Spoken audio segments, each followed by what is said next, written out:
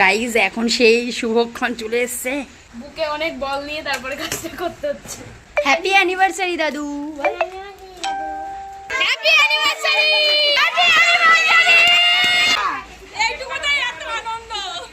Hello everyone, তোমরা সবাই কেমন আছো? আশা করছি ভালো আছো, আর আমিও ভালো আছি। আরও একটি ব্লগে তোমাদেরকে ওয়েলকাম করছি। তো দেখো, আমি আমার ব্লগটা শুরু করেছি। এখন বাজে দুপুর 1:30। এখন থেকে সবাই মিলে আমরা এসি ঘরে বসে ল্যাদ খাচ্ছি বলতে পারো এক প্রকার। মানে সবাই মিলে ঘোরাঘুরি করছি। মা, বাবানের জেঠু, বাবানের পিপি, আমরা সবাই একসাথে। তো একটা সারপ্রাইজ আছে। সারপ্রাইজটা তোমরা নিশ্চয়ই বুঝতে পেরে গেছো আমার টাইটেল থাম্বনেল দেখে। তো যাই হোক, তো গাইস এখন হচ্ছে কেকটা মাত্র নিয়ে এসে ফ্রিজে ঢুকালাম, ভিডিও করতে মনে নেই, এখন তোমাদের দেখাচ্ছি, দাঁড়াও। তোমরা হঠাৎ করে ভাবছো যে কি ব্যাপার, কেক কেন এনেছে?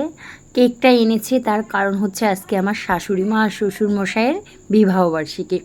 তো যদিও কোনো বছরই করা হয়নি, ওনারা কোনো বছরই করেন না, আর যেহেতু ওল্ড, তো আমরাও না সঠিকভাবে জানতাম না ডেটটা কবে।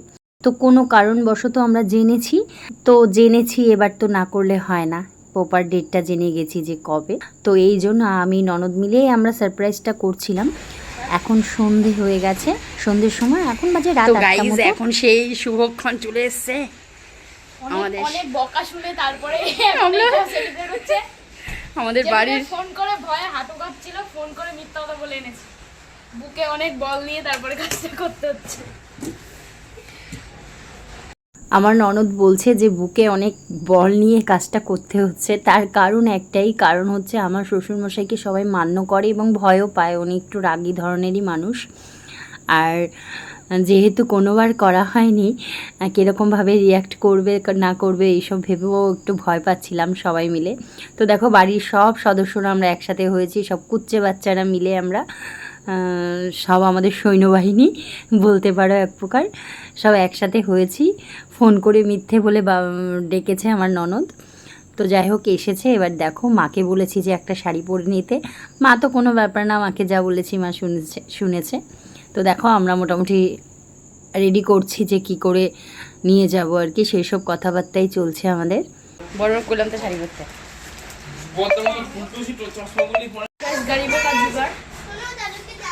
এটা পরে তুলে দেওয়া হবে, এটা আপাতত এখানটায় দেওয়া হবে। আমি একটু চক্কু খাবো। কি লেখাটা? ও জেঠু হিটলার লেখা উচিত ছিল। দাঁড়া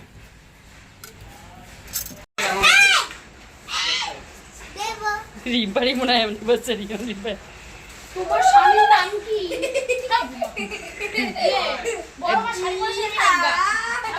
স্বামীকে বল, স্বামী শাড়ি পরো। এই সমু ফোন না, আমাকে না করছি, আমি কইতে খাইতেই হইব। তো এরই মধ্যে আমি যেহেতু ফেসবুকে পোস্ট করে দিয়েছিলাম, তো অনেক রিলেটিভরা জানতো না, যারা আর কি আমার পোস্ট করার পরেই জেনেছিল, ফোন করে আর কি উইশ করছিল, আমাকে বলছিল যে ভালো করেছো তোমরা আর কি করছো। যেটুকুই সারপ্রাইজ দিচ্ছি, আমরা তো বড় করে সেরকম কিছুই করতে পারিনি, জাস্ট কোনো রকমে কেকটা এনেছি, কেকটা কাটাবো এরকম একটা প্ল্যান ছিল। তার মধ্যে আরেকটা খুব আনন্দের বিষয়, সেটা হচ্ছে প্রথমেই আমার ছোটো দেওর গিয়ে বাবাকে বলছে যে বাবা হ্যাপি অ্যানিভার্সারির কিছু খাওয়াবে না আমাদের। তো সাথে সাথেই বাবা টাকা বের করে আমাদের দিয়ে দিয়েছিল সকল বাচ্চা কাচ্চা সবাইকে, আমাদেরকে। তো দেখো, বাবা আসছিল না, রাস্তার দিকে চলে গেছিলো বলে জোর করে তারপর দাদাভাই গিয়ে নিয়ে এসেছে। তো দেখো, ভালোই আনন্দ হয়েছিল।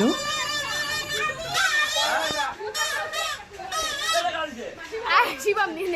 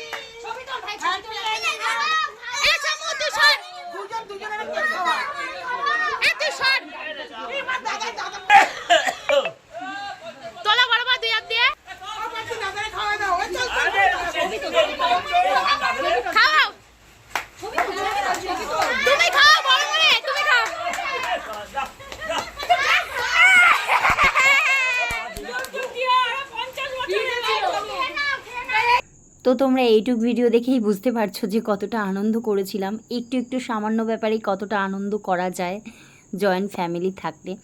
বিশেষ করে আমার শ্বশুরমশাইরা 3 ভাই, তো মেজো কাকা আর ছোটো কাকা ওরা কি করেছে, উপস্থিত বুদ্ধি হঠাৎ করে বাজি টাজি নিয়ে এসে উঠোনে মানে ফাটাচ্ছে, এরকম একটা ব্যাপার হয়ে গেছিলো, বাঁশি বাজাচ্ছে। মানে এত আনন্দে, এইটুক সামান্যতে এত আনন্দ হয়ে যাবে, আনন্দ করব বুঝতে পারিনি। সত্যি খুব আনন্দ হয়েছিল। এত বছরে এই প্রথম আমরা শুরু করলাম, তো আমরা বলছিলাম যে এবার চেষ্টা করব প্রতি বছরে যেরকম পারবো, যেটুকু পারবো করার। তো আমার আজকে ভিডিওটা খুব ছোটোই ছিল, জাস্ট এইটুক তুলে ধরা। কেমন লাগলো তোমরা প্লিজ জানিও, যদি ভালো লাগে কমেন্ট লাইক করো। তোমরা ভালো থেকো, সুস্থ থেকো, টাটা।